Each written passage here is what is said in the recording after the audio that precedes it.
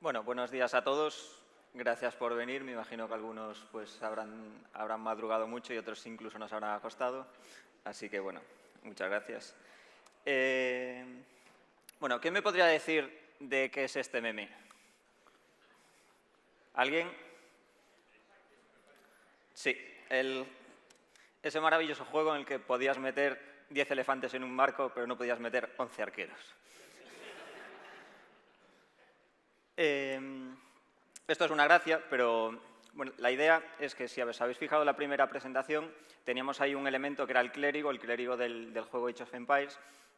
Y este elemento en el juego, la verdad es que era interesante porque tenía una característica que era que podía influir sobre las fuerzas del equipo contrario, los reconvertía y los podías utilizar tú después. Esto funcionaba incluso hasta con las catapultas, me preguntaréis cómo, pero no lo sé. Y bueno, la idea es que pudiendo utilizar las fuerzas o los activos del otro equipo, pues al final podías hacer que realizasen las acciones que tú querías. Para esto, esto era realmente lo que ocurría. Teníamos al clérigo, hacía el wololo, famoso que todos conocemos, y reconvertía pues, el color de la persona oponente al tuyo y a partir de ese momento pues, lo podías controlar. Nosotros a mayores vamos a utilizar algo un poco más moderno, que es la ameba de Futurama, para intentar pues, que en este caso los desarrolladores hagan lo que nosotros queremos. Y si lo hacen y no se enteran, pues mejor todavía. Vamos a hablar un poquito pues, de qué hay a día de hoy o qué ha habido hasta día de hoy pues, con temas de infección de código, cómo hacer que los desarrolladores pues, ejecuten cosas que realmente no saben que están ahí, que no quieren, o incluso gente que tampoco es desarrolladora, es decir, pues te bajas un código de internet porque quieres probar algo y al final pues te la estás metiendo doblada porque te han metido por ahí algo que no debería estar. Veremos nuevos vectores, nuevas maneras o pensamientos de qué cosas se pueden hacer con todo esto. Veremos cómo los podemos explotar, cómo los podemos aprovechar y usarlos para realmente hacer lo que queremos en el ordenador, en este caso de los desarrolladores, y unas pinceladas de cómo podremos pues prevenir que nos lo hagan a nosotros mismos. No hay mejor prevención que saber lo que se puede hacer. Mucho antes de que saliese esta película ya existía esto de la infección de código, le llamaban bombas lógicas, a mí siempre me hizo gracia el nombre, pero bueno. Y bueno, desde antes que esta gente se dedicase a leer el código impreso en papel continuo, escrito en hexadecimal y demás, pues ya había cosas. En este caso de la película, pues era un virus bancario que se dedicaba a robar los céntimos de las transacciones, pero bueno, la realidad es que ya existen cosas y bueno, vamos a ver una serie de ejemplos pequeñitos. Para los que llevéis ya tiempo en esto de la seguridad, hay un clásico que creo que existe y seguirá existiendo, que son los exploits de SSH remotos. Todos los años salen 1, 2, 3. En este caso tenemos una pantalla o un pantallazo de una estructura básica de un exploit. Solemos tener la shellcode en la parte de arriba y el código pequeñito abajo, que es la que establece la conexión, usa la shellcode y explota el servicio. En este caso es un exploit que salió en 2010, creo, y bueno, pues no era un exploit como tal, no funcionaba, era un fake exploit, pero aparte a mayores traía regalito. Si te ponías a leer el código, veías que estaban por ahí camufladas pues una serie de llamadas de escritura de fichero, bueno, apertura de fichero para escritura, le escribía cosas, luego lo cerraba y tenías por ahí una llamada un poco críptica que al final ejecutaba eso. Esto, si lo empiezas a ver, pues piensas, ¿para qué necesitas escribir un fichero? Si yo lo que quiero es mandarlo por un socket remoto. Entonces, ¿qué está escribiendo? Vamos a ver qué es esto de la shellcode. La abres con un editor hexadecimal y de repente te encuentras esto. Me están borrando el disco duro. Es decir, cuando intentas ejecutar esto, si no te has ni molestado en leerlo, te acabas de fastidiar el disco duro entero.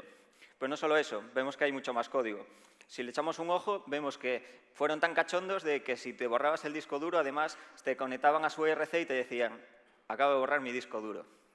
O sea, tremendo. Yo cuando lo vi estuve riendo un buen rato. Bueno, esto es un caso tonto y sencillo, pero vemos que está ahí. Es decir, no solo podemos colarlo en en aplicaciones o en código que tengamos de aplicaciones comerciales, sino en cualquier cosa se puede aplicar. En este caso, pues a la gente que se dedica simplemente a bajar, compilar, ejecutar sin tener absolutamente ni idea, pues tiene sus problemas. Hay más ejemplos, por ejemplo, el malware que suele infectar servicios web, lo que suelen hacer, pues lo que quieren es que los clientes que vayan o los usuarios que vayan a ver las páginas web se infecten con su malware o que le haga determinadas acciones. Lo que suelen hacer, pues infectan el servicio web, van a ver, buscan dónde están pues, los ficheros PHP, ASP, inyectan su código por ahí, normalmente líneas muy pequeñitas, que llaman a sus servicios de JavaScript externos, etcétera, etcétera, y le meten el exploit kit, los iframes, es decir, lo único que quieren es meter un código muy pequeñito para que el usuario no se entere, vea la página totalmente normal, pero por debajo esté haciendo cosas. El de abajo de todo me lo encontré y me pareció curioso, no tiene mucha relación, pero era la infección del rewrite del servidor web, que cuando tenía un enlace a la página web que te redireccionaba a YouTube, pues realmente te estaba redireccionando al servidor suyo que tenía un phishing, etcétera, etcétera.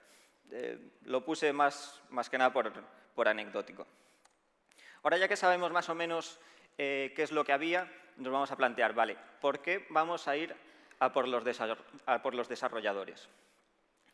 Pues la verdad es que es muy fácil. Seguramente no sean las personas o el target más fácil de atacar de una empresa. Pero si nos paramos a pensar, un desarrollador necesita, por lo general, tener acceso a bases de datos. Eso implica tener acceso a ficheros de configuración de contraseñas. Normalmente tienen acceso a producción, porque tienen que estar haciendo cambios, subiéndolo. Por defecto son humanos, todos somos humanos, y no saben hacer todo, con lo cual van a necesitar conectarse a Internet para buscar ejemplos de cosas que se pueden hacer, cosas que no sabes, vas a bajarte códigos de prueba.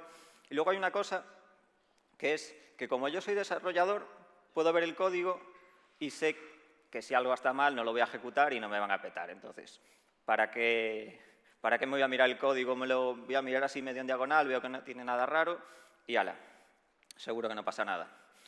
Y luego porque realmente son vectores de infección poco conocidos. Si queréis seguramente entrar en algún lado, pues le mandarás el típico Excel con las macros, el PDF que te ejecuta el JavaScript, pero bueno, se pueden hacer más cosas que no tienen que ir contra la secretaria o algo en concreto. Puede ser alguien que puede ser muy técnico, pero que en ciertos o determinados ámbitos desconoce el entorno y puedes ir por ahí.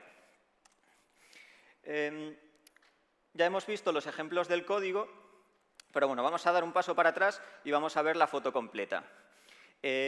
Antiguamente los programas podían ser más o menos complejos, pero a día de hoy la realidad es que los programas son unos verdaderos monstruos, es decir, tenemos un montón de ficheros, las metodologías de programación nos dicen que tenemos que separar todo en clases, ficheros distintos, tenemos referencias, tenemos bueno, un montón de ficheros que al final tienes que compilar entre sí, hay un montón de dependencias y eso, hacerlo a mano realmente es imposible, es inviable.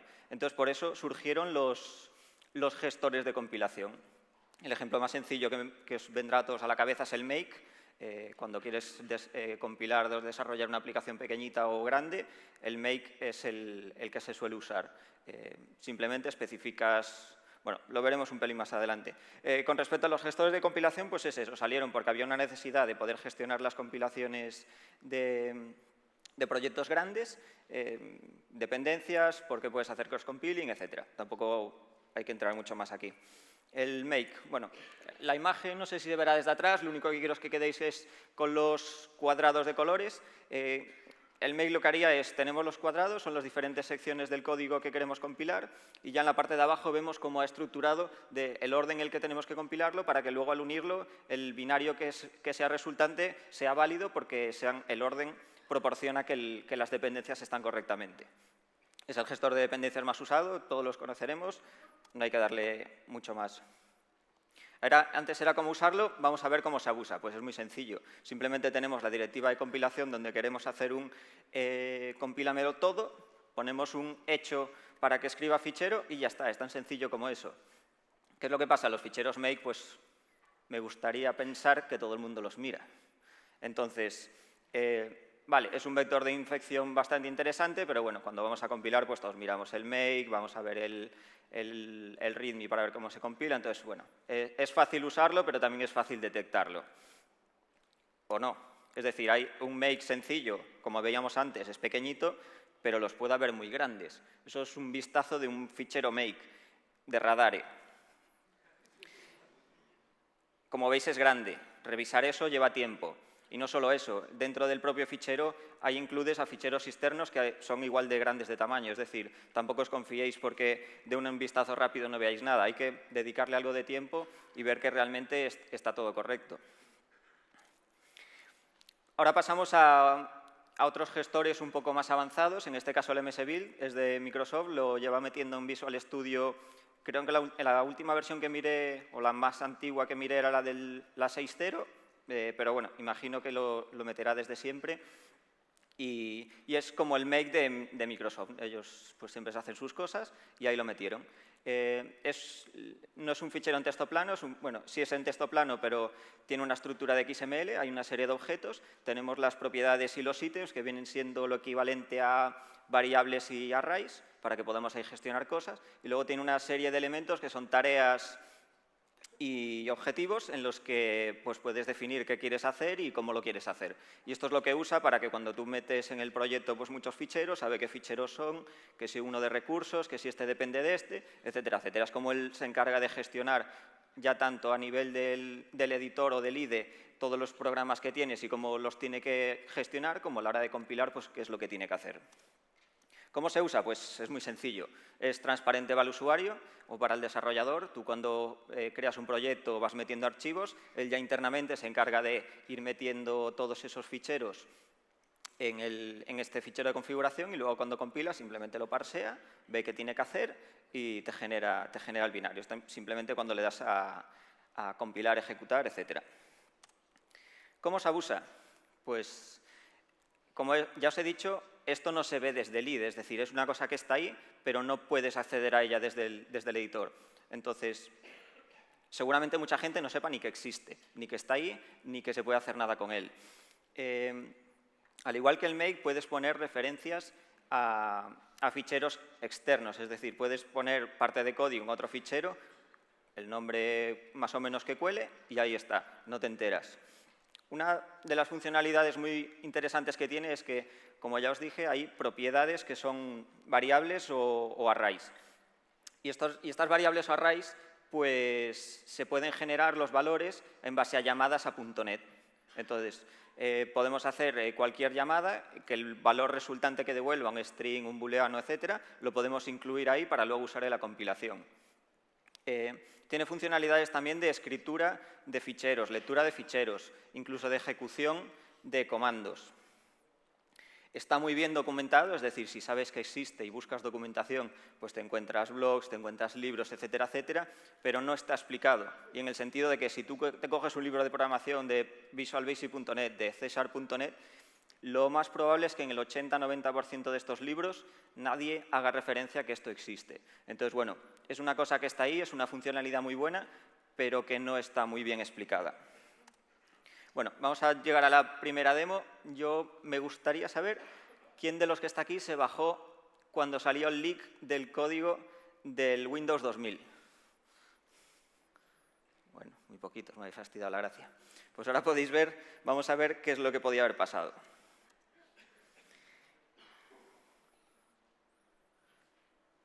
Vale, no se ve porque aquí había que hacer. Vale, perfecto. Bueno, aquí lo que vemos pues, es el Visual Studio, un proyecto muy sencillito, es una aplicación de consola, solo tiene dos ficheros. El principal, que es este, que como vemos pues, hace una escritura por pantalla, un printf para entendernos. Y bueno, hay otro fichero de código, pero no nos aplica para esto, es simplemente configuración de las propiedades del binario. Entonces, ¿qué es lo que vamos a hacer? Vamos a coger esto y vamos a compilarlo. Le damos a compilar, se ejecuta. Hemos visto que ha salido el wololo, que era lo que teníamos en el comando, pero algo ha pasado por detrás. Y lo que ha pasado es que teníamos un netcat escuchando y de repente tenemos una shell. Es decir, tenemos una shell, nos ha lanzado y es totalmente funcional. ¿Qué es lo que ha pasado aquí? Bueno, cuando le hemos dado a compilar, acabamos de hacer un man in the middle al compiler. Hemos usado todo esto que sabíamos o que os he explicado de la configuración de las tareas, y hay una curiosidad, y es que tú puedes establecer tareas antes de compilar y tareas después de compilar. Entonces, ¿qué es lo que hemos hecho? Cuando le das a compilar, nos atacheamos antes y le decimos, bueno, os lo voy a explicar con el código que va a quedar muchísimo más claro.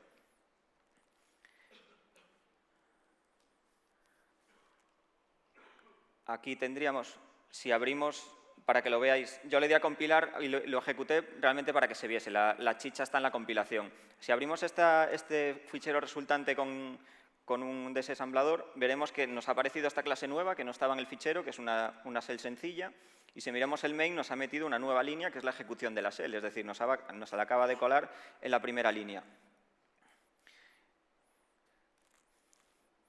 Bueno, aquí vemos pues cómo sería. Y los ficheros, y ahora vamos a ver los ficheros que hemos usado para la compilación. Tenemos el programa principal y ahora tenemos, este es el fichero de la configuración del Visual Studio. Son los csproj, bueno, en Visual Basic son los vbproj, son los ficheros de proyectos. Pues tienen el XML que os comentaba, con toda la configuración de cómo lo vas a compilar, para qué versión, etcétera, etcétera, etcétera. Y aquí, que he puesto los comentarios, pues tenemos lo interesante. Tenemos un fichero para antes de compilar y un fichero para después de compilar. Entonces, si vemos el fichero que tenemos para antes de compilar, vemos que tenemos una serie de elementos, que tenemos un fichero original. Bueno, ¿se ve desde ahí atrás? Malamente. Bueno. Tenemos el fichero que queremos compilar y queremos uno que es el infectado. Y también, bueno, definimos el nombre y lo que vamos a hacer es, vamos a coger el fichero original, vamos a guardarlo como el infectado, vamos a hacerle un replace de las entradas del main para meterle lo que nosotros queremos. Hay una característica que tienen estos ficheros de configuración. Bueno, ahora vemos que podemos hacer las llamadas a .NET. La característica es que estos ficheros que se van a compilar están como una especie de array interno que gestiona esto. Nosotros lo que hacemos es, nos quitamos del array el fichero principal, lo reemplazamos por el nuestro, que es lo que estamos seleccionando, y entonces en ese momento hemos quitado el original para meter el nuestro. Compilamos, compila con el nuestro infectado y volvemos a hacer el paso contrario. Volvemos a poner el original, con lo cual de esta manera el Visual Studio no detecta que ha habido cambios en el proyecto y realmente no te enteras de qué es lo que ha pasado. Bueno, este es el primer ejemplo de qué se podría llegar a hacer. En este caso nos ha inyectado código, pero vale, se ha vuelto a ejecutar, pero la realidad es que podíamos hacer lo que queramos y no hace falta darle al play, simplemente habría que compilar. Por eso os preguntaba quién había bajado el código, porque yo lo bajé, lo puse en el Visual Studio y dije, voy a ver si compila. Pues la podíamos haber liado. Vale. Entonces, ganamos. Vamos a pasar a otro, y ahora que ya hemos visto el Visual Studio, vamos a ver el Gradle. ¿Qué es el Gradle? Pues es otro gestor de compilación, es open source, tiene un montón de clientes, de hecho, si vais a su página web, pues tiene ahí siempre trabajamos con somos muy buenos. Y el formato de sus scripts es Groovy, es un lenguaje que hicieron específicamente para resolver este problema, que era el problema de cómo gestionar los ficheros o las compilaciones pues, en entornos de desarrollo. ¿Cómo se usa? Pues igual que el Visual Studio, está integrado en los IDEs, se autogenera, es decir, cuando en el propio IDE agregas los elementos, pues el propio IDE pues, te va agregando de todos los elementos. En el que vamos a ver ahora, sí se pueden ver los scripts desde el IDE, a diferencia del Visual Studio, ahí sí los podemos ver, podemos pinchar sobre ellos y son editables en el sentido de que como se ven podemos pinchar en ellos y cambiar todo lo que queramos. ¿Cómo se abusa? Pues en este caso Groovy acepta llamadas a Java. En el caso era .NET, en este caso Java. Y aparte a mayores pues se puede descomprimir archivos, comprimir, descomprimir, streams, escribir a disco, podemos hacer ejecuciones, etcétera, etcétera. Antes de esto me gustaría saber quién conoce lo que es Gradle? O quién no conoce qué es lo que es Gradle. Vale.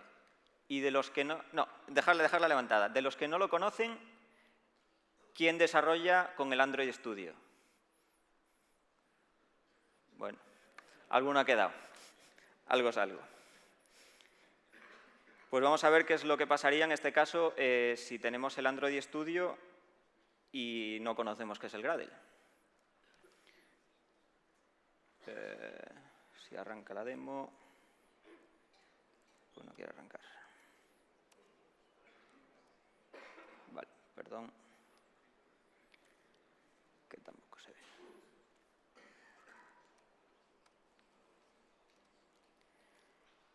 Vale, se me fue para adelante.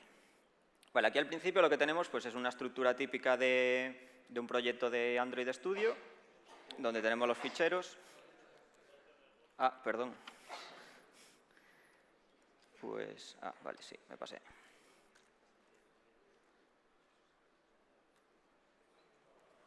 Ahora, vale. Perfecto. Bueno, tenemos la estructura de lo que sería una carpeta normal de un fichero de Android Studio. No vemos así nada extraño. Tienen ficheros, pues los Gradles, y ya todos sabemos lo que son, pues ahí están, y las configuraciones. Entonces, bueno, ponemos nuestra shell, no vaya a ser que pase algo, y tenemos el proyecto. Cogemos, le creamos el proyecto y volvemos a tener shell. Aquí hay una curiosidad, bueno, la demo es distinta, hacemos un dir y si os fijáis hay un nuevo fichero que es un .exe, es decir, lo que acabamos de hacer es dropearle un binario en el sistema y ejecutárselo sin que el usuario se entere y simplemente compilando el código, no ha necesitado ejecutar nada. Bueno, tampoco hay mucho más que contar de esto, es por el estilo de la demo anterior y... Vale, y esta vez con Gradle. El Xamarin. Vamos a ver qué es esto del Xamarin. Era lo que antes se llamaba el Mono Develop, el proyecto Mono, que era el proyecto que quería acercar el desarrollo de .NET a open source. Y bueno, le cambiaron el nombre, es el desarrollo, pero se sigue manteniendo igual, lo único que ha cambiado es el nombre. Y es un IDE que nos permite desarrollar bueno, es multiplataforma y aparte pues, hace cross-compiling para diferentes plataformas que soporten pues, toda la parte de Xamarin y todos estos frameworks para desarrollar en dispositivos móviles. La demo, pues, bueno, lo que no he dicho es que en lo que querían hacer con el proyecto de Xamarin y Mono es portar absolutamente todo .NET a cualquier plataforma y que fuese open source. Entonces, lo que tenían en mente es que fuese lo más compatible posible, es decir, buscaban que fuese 100% compatible Mono con el .NET y demás. Entonces, ¿esto qué es lo que ha hecho? Que tengamos que todo lo que nos funciona por un lado con el Visual Studio nos va a funcionar en este caso con Xamarin. Entonces, a ver si ahora me lío menos. Uy, perdón.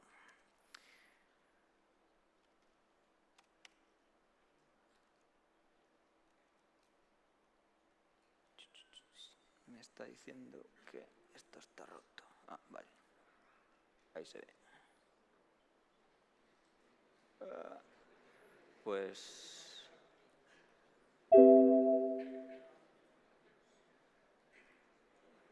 Vale. Pues efecto demo está grabado y ahí está. Bueno, la demo era simplemente... Cogíamos el mismo proyecto que cogimos en el Visual Studio, le dábamos a compilar y nos hacía otra vez un man in the middle del compiler y teníamos ahí una shell ejecutada. Por esta parte, son las investigaciones que yo he hecho, no me he centrado o no he querido pues, hacer un análisis de absolutamente todos los IDEs que existen en el mercado para desarrollar, es simplemente los que tenía más a mano y para que veáis que realmente hay que tener cuidado qué es lo que se hace y qué es lo que se baja y qué es lo que se compila. Es decir, no porque te bajes un código y al final no lo compiles, no te pueden colar algo. Es decir, simplemente con que lo bajes, lo abras en tu IDE y lo compiles para ver si funciona, estás a salvo. Hemos visto que no, que te pueden hacer lo que quieran. Esta sobraba. Vale, una vez que hemos visto esto de las compilaciones, damos otro paso más atrás y vamos a ver. Vamos a ver un concepto que es los componentes gráficos. Cualquier aplicación a día de hoy que no sea web, bueno, web también, pero cogido con pinzas, tiene objetos gráficos. Realmente es lo que nosotros vemos en una aplicación que no es de consola y con la que podemos interactuar. Estos elementos están, bueno, tenemos normalmente librerías en las que podemos usar todos los que vienen ahí, pero si no queremos o no nos gustan los que hay, nosotros podemos hacer componentes a mayores. Microsoft lo llama objetos visibles, por eso de que son al final pues, con lo que acabas interactuando y bueno, pues puedes usar lo que decía, las librerías estándar, puedes bajar proyectos comerciales, los puedes incluir en tu proyecto, hay bastante mercado en este tema. Y bueno, en definitiva, pues son cosas que tú agregas, objetos gráficos que agregas en tu aplicación, pues para que quede más bonita y puedes hacer muchas más cosas.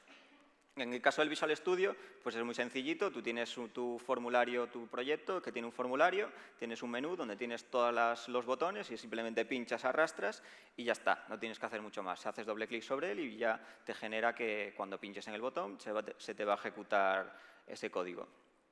Tiene una característica y es que se autodibujan. Esto de que se autodibujan, ¿qué quiere decir? Que tú cuando los pones se pintan, es decir, cuando estás diseñando el formulario se te están pintando. ¿Qué nos garantiza esto o qué nos permite esto? Pues que nosotros podamos hacer nuestros propios componentes, es decir, nosotros podemos, en este caso concreto del Visual Studio, hacer una herencia de ese objeto que tiene principal de objeto gráfico y decirle, vale, pues cuando te vayas a pintar quiero que en vez de la forma de un botón sea la forma de un corazón, pónmelo en rojo y di te quiero Pepita. Entonces, bueno, así de esta manera pues podemos hacer nuestras propias aplicaciones y en las que podamos ponerle objetos y componentes pues de cualquier forma y que se ajuste a nuestras características. ¿Qué podemos hacer con todo esto? Bueno, pues como ya os he dicho, se autodibujan y son interactivos. Interactivos quiere decir que nosotros cuando pasamos el ratón por encima, pues cambiamos el color del botón. En el caso de los tabs, que es creo que es el más claro, nosotros cuando metemos un elemento de tabs, lo que queremos es, pues normalmente, pues poner como mínimo 2 tabs, 3 tabs o 4, o bueno, las que sean. Y luego, pues en tiempo de diseño, ir pudiendo agregar en cada uno de esos tabs diferentes pues lo que queremos. Pues en el tab 1 vamos a meter 4 botones, en el 2, 3. Y que tú entonces, cuando estés diseñando, puedas ir en cada uno de ellos y sea de una manera sencilla. Yo cuando tuve que hacer un componente de estos, me quedé pensando y digo, ¿y si puedo poner algo que no sea solo de dibujado cuando se tiene que pintar? Bueno, pues vamos a ver ahora qué es lo que pasa. Si funciona.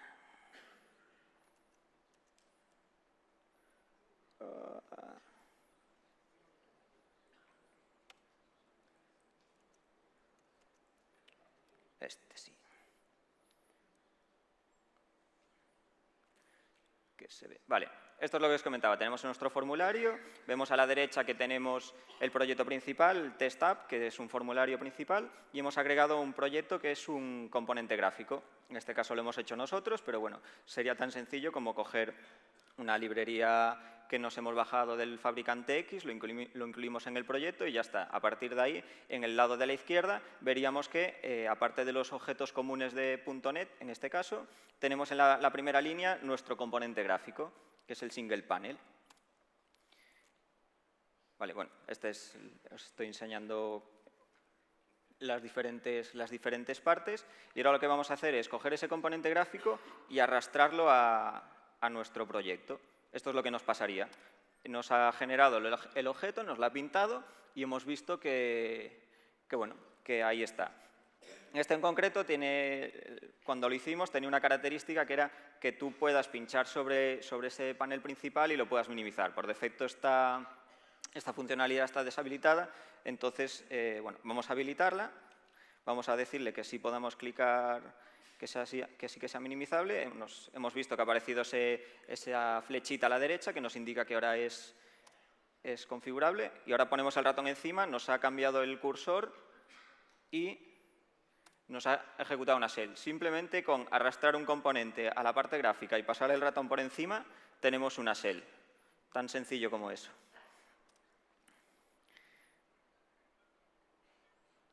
Vemos aquí, en este caso pues te la ejecuta en la parte del Visual Studio.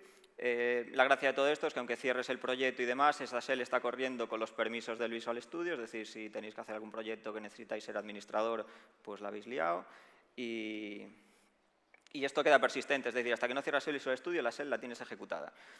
Aquí veríamos el fichero, hemos pues, metido una serie de líneas en base 64. Y bueno, en este caso veis que hay unas directivas de compilación, simplemente porque hice pruebas. La prueba que se acaba de ejecutar es la primera. Lo que estamos haciendo es cogiendo un código. Para los que no lo sepan, .NET te permite compilar código en tiempo de ejecución, es decir, puedes coger una clase, un fichero, lo compilas, te lo incluyes y lo ejecutas. Pues lo que acabamos de hacer. Acabamos de coger una clase, la acabamos de compilar y la acabamos de lanzar. La manera más fácil de crear módulos para un troyano. Y el otro ejemplo pues, era simplemente coger un fichero, el que teníamos para el Android Studio y poder guardarlo a fichero. Y por aquí nada más.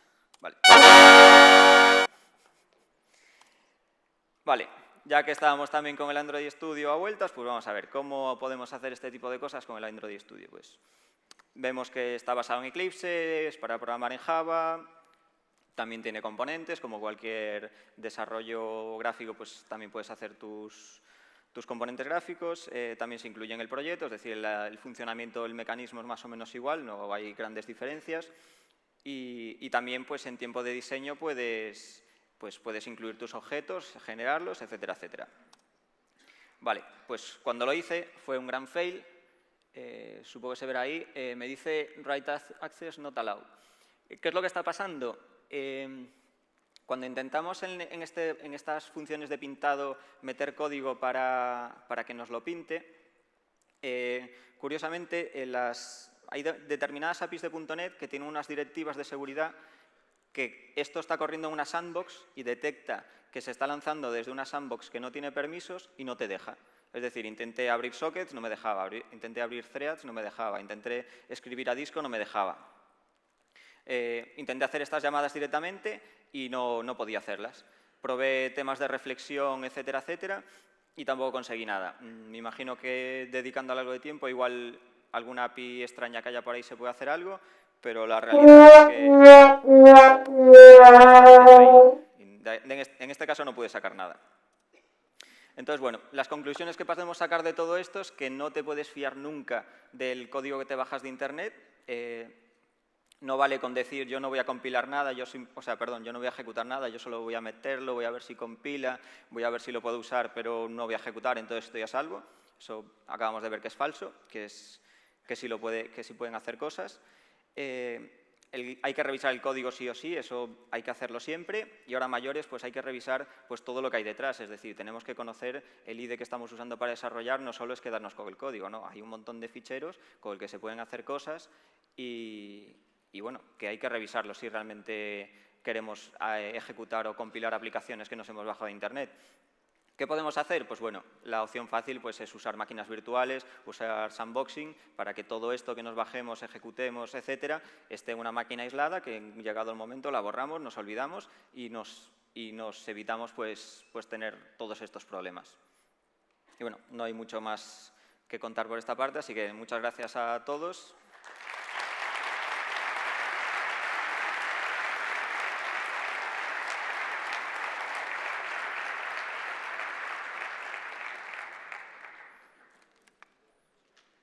¿Y alguna pregunta ahí?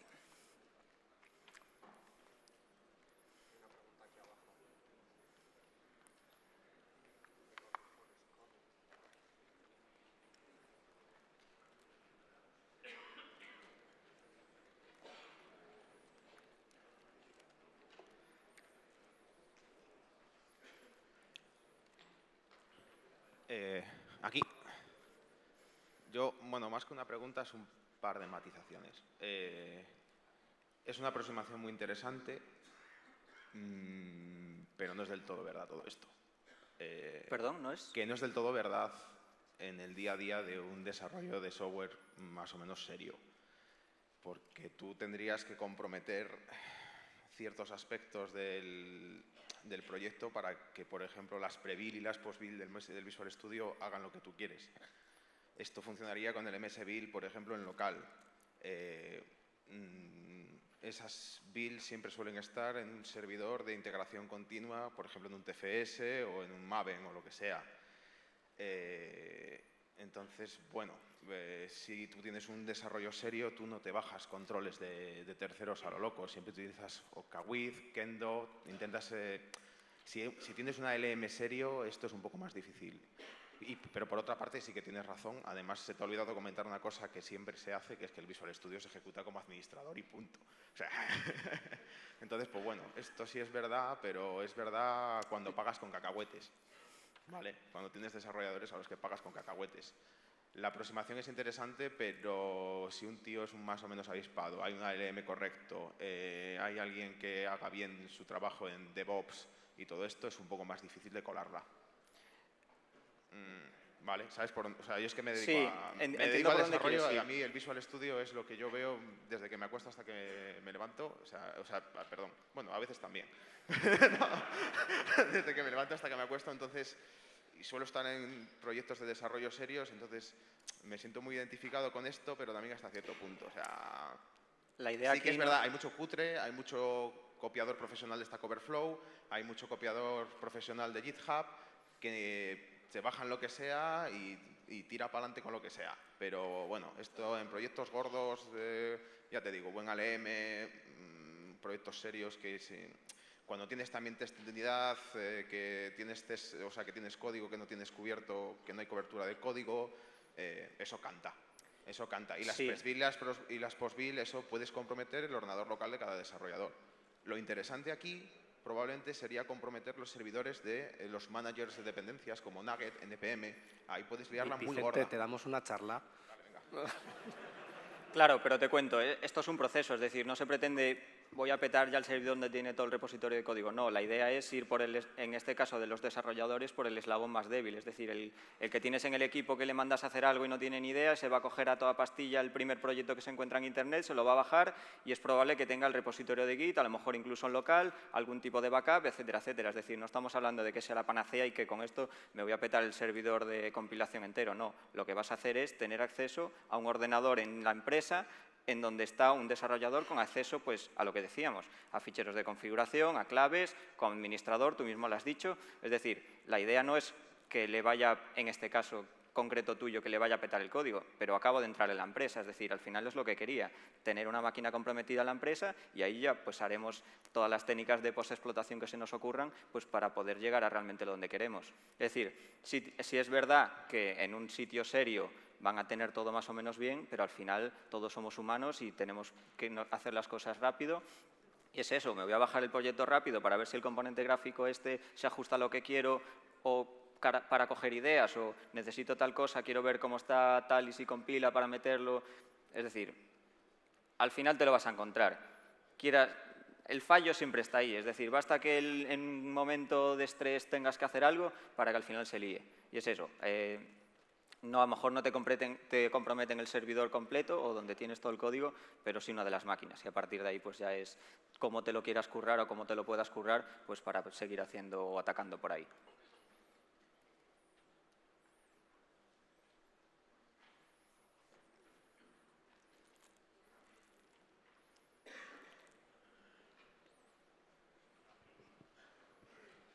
Hola Miguel, te quería preguntar, bueno, además entiendo también que por descuido podría ser un vector de ataque para un desarrollador, vamos a decir, rogue, que está dentro de tu equipo, pudiera troyanizar, por ejemplo, en una aplicación muy grande, pues digamos es una preocupación para la empresa que un programador intente troyanizar el software que está desarrollando, ¿no? Desde dentro. No sé, ¿qué control podrías o recomendarías en lo que has visto para que una empresa, digamos, implemente un proceso de control sobre el software o sobre, digamos, los motores de compilación que está desarrollando para reducir el riesgo de que se le cuele un troyano en el código que está desarrollando? Pues ahí hay dos partes. La primera es que al hilo de que alguien te troyanice, me contaron una historia una vez que en cierta empresa española los empleados se dedicaban a putearse entre sí haciendo estas cosas. Y al hilo de cómo te puedes proteger, pues bueno, normalmente usamos repositorios de código y demás. Lo que se puede hacer es pues, meter algún tipo de hook que nos diga qué tipo de fichero estamos subiendo, qué modificaciones tiene. A lo mejor no puede ser un proceso automático que nos diga, oye, aquí nos la han colado, pero sí puedes por lo menos monitorizar que esos ficheros se han modificado. Algo es algo, es decir, si no tienes que incluir funcionalidades o ficheros nuevos o determinados parámetros de configuración, pues sí puedes saber por lo menos que se ha modificado. Luego habrá un proceso más manual o más automático, pero por lo menos tienes indicios de que alguien que no debería tocarlo lo ha tocado. Es decir, yo me iría más a la parte de los gestores de código de Subversion, un Git, etcétera, etcétera, y tenerlo ahí pues algún tipo de alerta que me diga que esto se ha cambiado. ¿Verías viable algo tipo, vamos a decir, software en general, software antivirus o que detecta patrones dentro del código para de manera rutinaria buscar patrones, digamos, indicadores de intrusión dentro de tu código, por ejemplo, similar? Pues no no lo he probado. No es muy factible. No lo he probado, pero aquí hay un hecho, y es decir, el código no está en el código, está en ficheros que no son código. Es decir, a lo mejor estos buscadores de vulnerabilidades de código están configurados para que te busque en el .c, en el .cs, pero no te va a mirar el .csproj, porque no es su ámbito. Es decir, igual lo saben, igual no, pero no, por defecto seguramente no lo mire. Es decir, ahí ya pues tienes que tener la suerte de cómo hayan hecho la herramienta, si es configurable o no, no lo sé. Gracias. ¿Puedo lanzarle una pregunta al público? Uy, perdón. Sí, ¿puedo lanzar la pregunta? Sí, sí. ¿Cuántos de vosotros usáis habitualmente Linux? ¿Cuántos de vosotros os bajáis paquetes para compilar? ¿No hacéis un apt, una aptitude? ¿Cuántos lo hacéis con un wget, un curl, etcétera, como root y le dais make sin mirar el makefile? Pues creo que es mejor demostración posible, no puede haber.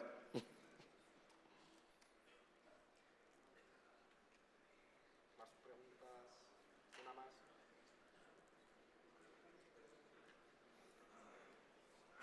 Muchas gracias, Miguel. Gracias.